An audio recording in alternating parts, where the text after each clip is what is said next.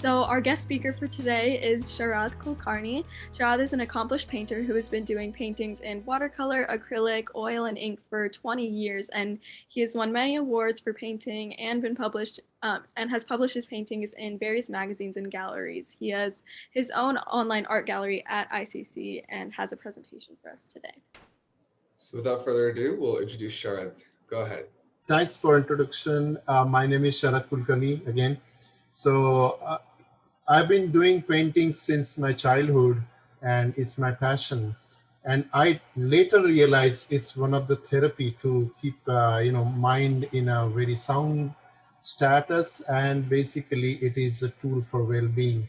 Anyway, I pursued that as a hobby and passion, and kept doing it, kept improving it, and there was no commercial benefit to it. Sometimes it was, but it was always just a companion with me that will give me wonderful pleasure and self-esteem, I would say. That was the most important part. So today I have put together my presentation in about two different sections. So one, I will go ahead with PowerPoint presentation, and I will begin that now. So art and well-being, and this is typically, I can choose any kind of a font, but I have taken this purposely. Art is a different thing, and well-being, we are leading towards it. Art is there is no definite shape to it, and art can be anything. So in the search of good life, so I'm just coming to the basic, I would say, nervous system, or how our life and existence is around, is one thing, which is good life. People migrate, people educate, people try to make connections, everything just because one thing, to have good life. And the good life is defined as many things, but these are the prominent things: a pleasure-filled life, a good life, and meaningful life.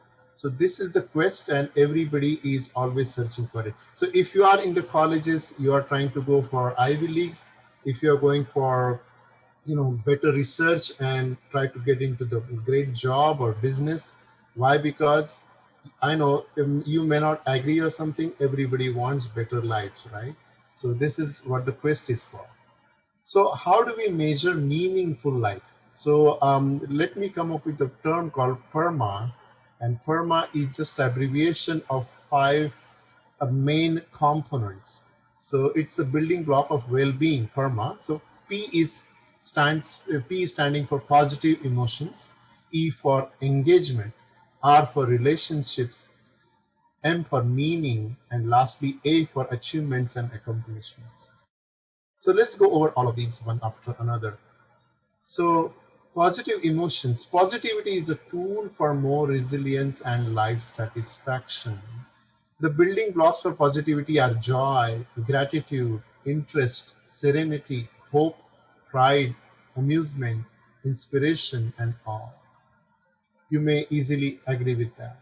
Research show that the people who experience positive emotions in the ratio of 3 to 1, whereas 3 is the positive and 1 is the negative emotion, foster greater thriving. Now, this is absolutely independent of what happens to you. It is not dependent on the situations. How you perceive the situation, how do you deal with the situation, what goes between your ears, I mean, in your brain, that matters than that of what are the perception coming from outside are. So how you deal with the situation matters, and that's called positivity. So always they say think positive, think positive, think I would say optimistic, try to find optimistic ways. Of course, that thoughts will uh, in turn into the actions, and definitely will come out of it. So that was P. E is engagement. When you are truly engaged in a situation, task, or a project, we experience the state of flow.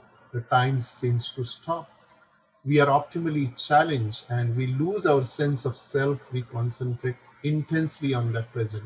So you must have done a couple of projects in your school and college and everywhere.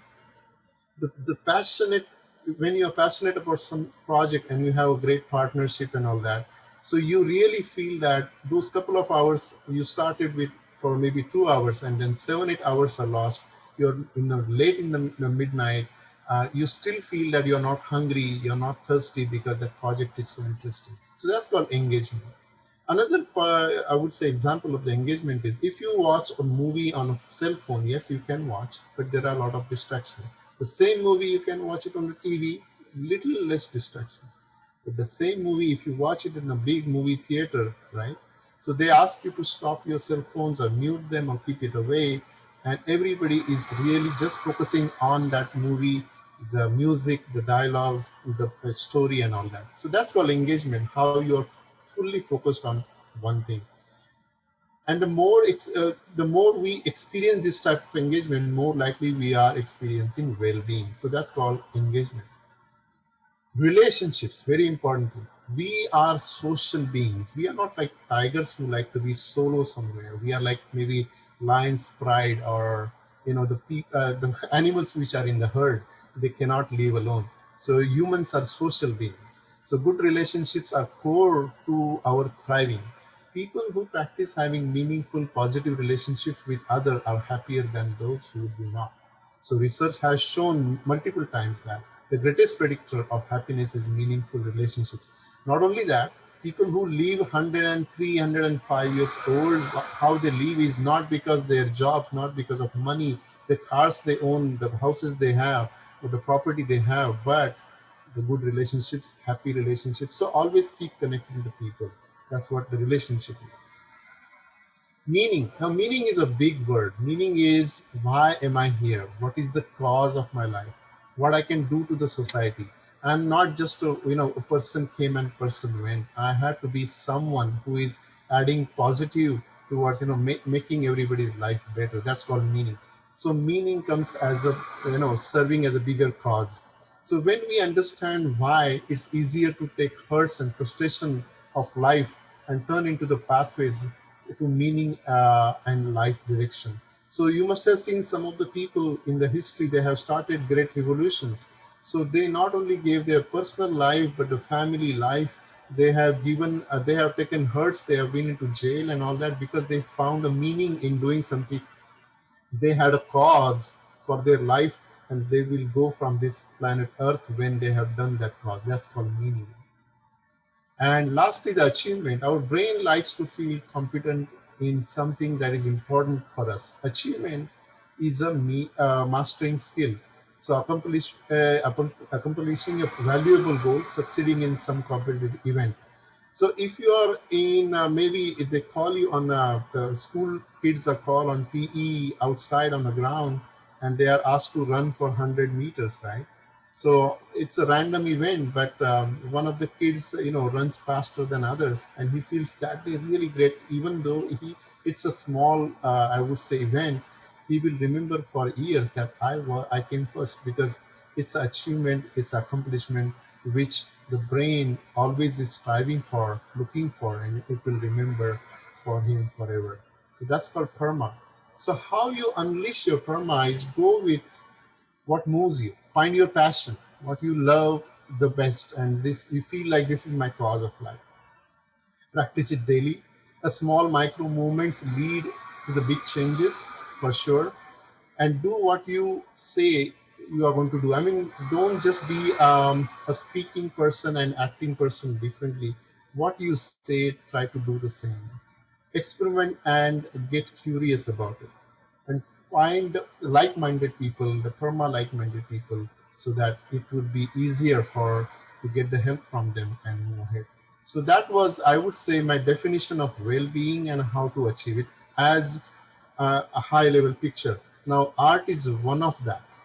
I'm not saying art and well-being is only connection. Well-being is a bigger cause for which art is one of the tools we are using. You can go for sports as well. You can have any kind of other hobby as well. So now we will go to the second phase of it, how art helps for well-being. So we will understand this.